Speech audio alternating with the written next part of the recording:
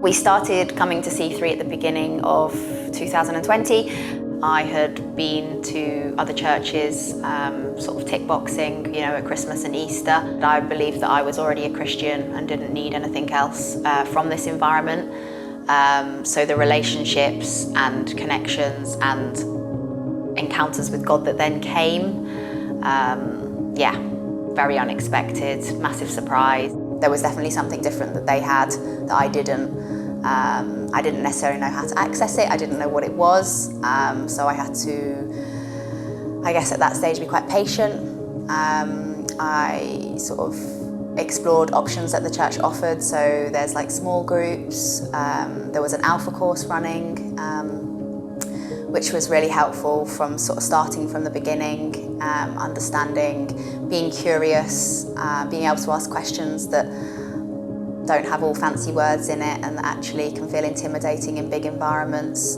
The Holy Spirit, when I was at church, would always show up sometimes, and that was just quite annoying because actually it can feel quite uncomfortable and you get a fuzzy feeling in your tummy and sometimes you cry and you're in public, so that's tough. And all of those feelings were just intense. So yeah, the Holy Spirit was definitely always with me, or at least always trying to be with me. Whether or not I was sometimes letting that in or not, that was obviously up to me. And ultimately, whatever occasion that was, whilst he was constantly trying, it just happened that one day I was actually like, do you know what, surrender, give it up. Along the way, I would have always been putting up a fight, every single time that feeling would have been coming. Sometimes I would leave, wouldn't want to be in, and there'd be people in church, but where are you off to? I don't want to be here feeling this is not for me, absolutely not. And then, that uncomfortable feeling, I just allowed it. I didn't come to find Jesus because of a crisis, and I think that it's taken me a while, but actually that's okay. My relationship with God is a journey. I definitely felt when I had my baptism, or prior to it, that I should be in a different place to what I was. I think you think that you have to be a perfect Christian. That's definitely not the case, and you definitely don't need to have a dictionary of words that people around you can sometimes use and feel intimidated by, because actually he's just interested in you for who you are. Since he's in it, it's obvious. Before, when everything is good, it's easy to think that actually you don't need him there.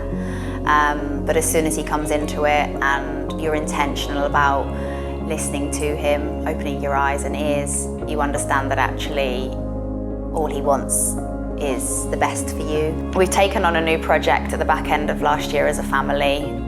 I just know from people around me and from myself that he has got his hands all over it.